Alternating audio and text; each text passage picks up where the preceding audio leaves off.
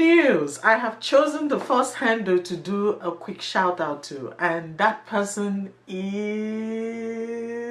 wait for it. I will tell you at the end of this video, so just stick around. Hi, welcome to this week's episode of Stories with Oluchi. Today's story is about betrayal, frustration, deceit, and murder. But before we get right into it, I must let you know that viewer discretion is advised. Now, if you're a returning viewer, welcome back, and I'm so happy that you came back again. And if this is your first time watching my video, please hit the subscribe button so that you can get updates from me. So the story I'm about to tell you came out in two parts. The first one was that a 61-year-old Italian man shot his 30-year-old Nigerian wife in the face in front of her workplace, and that was it. There was no reason given. We didn't know anything about this story. We just knew that a man just killed his wife. Now the second part had more details to it, because people don't just kill people.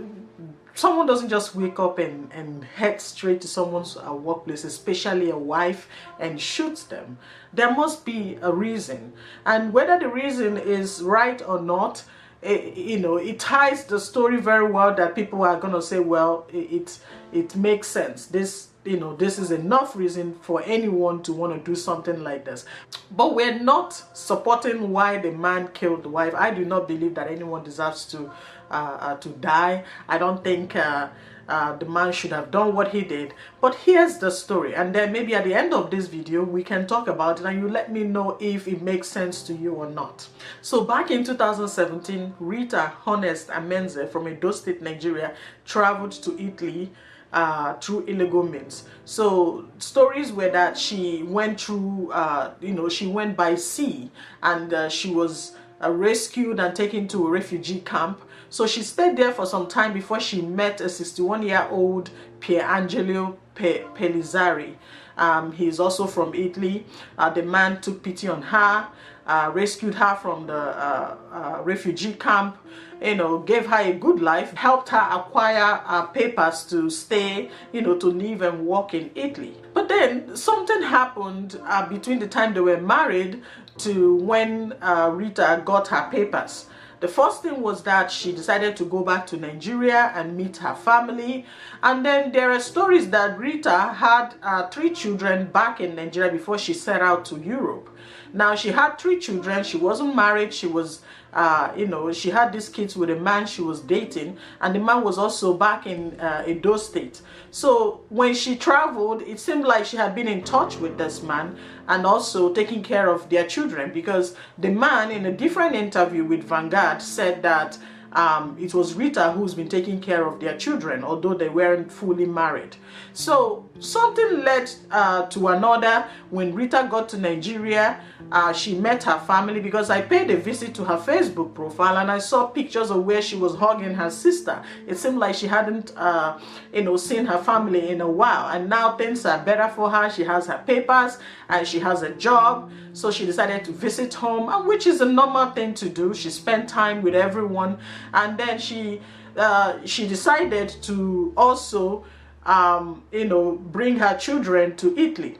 Now the issue is, we do not know if Mr. Pellizzari in Italy knows about Rita's children in Nigeria.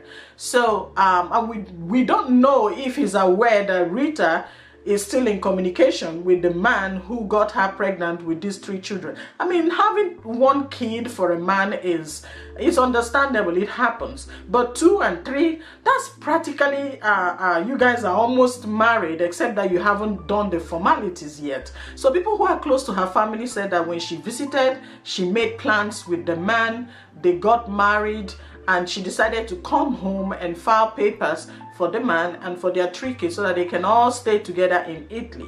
But it seemed like someone tipped off Mr. Pellizzari in Italy, letting him know that, hey, your wife is in Nigeria and you don't know what she's doing right now. Here she is plotting to bring her boyfriend to Italy. She has used you. She just used you to acquire papers. You don't mean anything to her.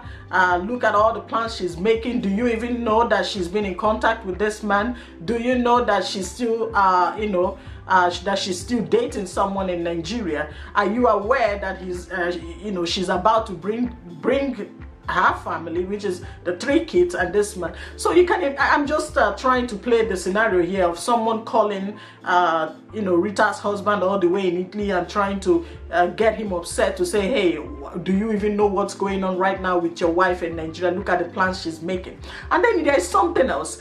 The story was that whomever tipped off Mr. Pelizari also told him that he should expect a divorce letter from his wife as soon as she returns to Nigeria. So you can imagine such a tip-off, and it's very disturbing, it's annoying, it's heartbreaking. And Mr. Pelizari waited for his wife to return to Italy as usual, as someone who traveled for a holiday. So when she returned, you know, everything was fine until a few days later she said, hey honey, we're divorcing. You know, I can't continue with this marriage. I have to move on and stuff like that. And of course, it clicked with the man, like, hey, someone already told me to expect something like this, so this is true. So she's gonna use me and dump me in this manner. So she's, after everything I've done for her, you know, taking her out of the refugee camp, giving her a decent life, giving her papers, and she's just gonna abandon me for some man in Nigeria. As in, I don't mean anything after all this while with her. This got this man upset. He went and got a gun. The Italian police cannot say how he got a gun because he was not allowed to purchase a gun according to some record on his file. But he got a gun anyway. And in that morning, he went to a coffee shop. You could see him pacing around. He looked very anxious. There was a CCTV camera, you know, showing him in the coffee shop trying to buy coffee. He waited, he tapped his hand left and right, he looked around. He looked like he was in a hurry to somewhere, and when his coffee came, he sipped it and then he left. As soon as he went out of the door, he went straight to where Rita works, right in front of the office. He shot her. He shot her a couple of times and a bullet hit her in the face, and you know, he drove off in his car. And then when he left, people around, you know, called the police. By then, Rita had already died on the spot. They had to arrest him, but it took a while because they had to trace him back to, you know, he didn't go home, but he was around the area where they live. And when they saw him, he was holding a gun. They had to, you know, make him surrender before they could take him to custody. But so far, this man has said nothing. He hasn't revealed why he shot his wife, and it doesn't seem like he cares anymore, and I'm sure he probably gave up. But now the Italian police also get a brief record that the man was unemployed. So it makes you wonder, was the man employed when he met Rita? Was he employed before he was able to get Rita out of the refugee camp? Was he employed when he was able to get her papers to start working? Or did he suddenly lose his employment? And you can imagine the frustration in losing your job, and then your wife returns from Nigeria and gives you a divorce paper. It probably got him overwhelmed, like, you know, his life is done. I mean, she's probably the only thing he's living for right now. Maybe she's the one taking care of the bills for just a couple of weeks, which is expected for people who live together. If one person is not doing well, the other person can support them, right? So we do not know exactly how, you know, what exactly triggered him to go shoot her. We know that for a fact that she filed for divorce. We know for a fact that she went to Nigeria. We know for a fact that she has 3 children in Nigeria. We know that she, you know, she's still in communication with the man she had these kids with. But what we do not know is what made Mr. Pelizari to shoot her in front of her workplace. This is a very strange story. I don't know if we're ever going to hear anything from him. I tried getting in contact with Rita's sister. I might have to make another video once I get in touch with her, because I really want to know what happened. There are lots of speculations out there. Everyone is saying, giving all kinds of, you know, reason on what happened. But it would be nice to hear exactly from her family what happened or what they suspected happened. Was she trying to betray this man in Italy, or was there an ongoing problem, or was it a matter of distrust?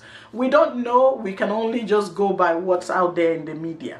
So what are your thoughts? What do you think happened? Have you heard about this story? Drop your comments below and I will respond. So I promise to give a shout out to one of my subscribers in every video or every week.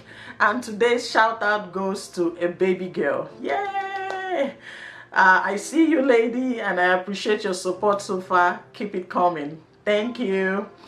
And if you're just joining us, please don't forget to subscribe and like this video. Tell your friends about what we do here. We tell strange, dark, and mysterious stories. Thank you so much for watching, and see you again.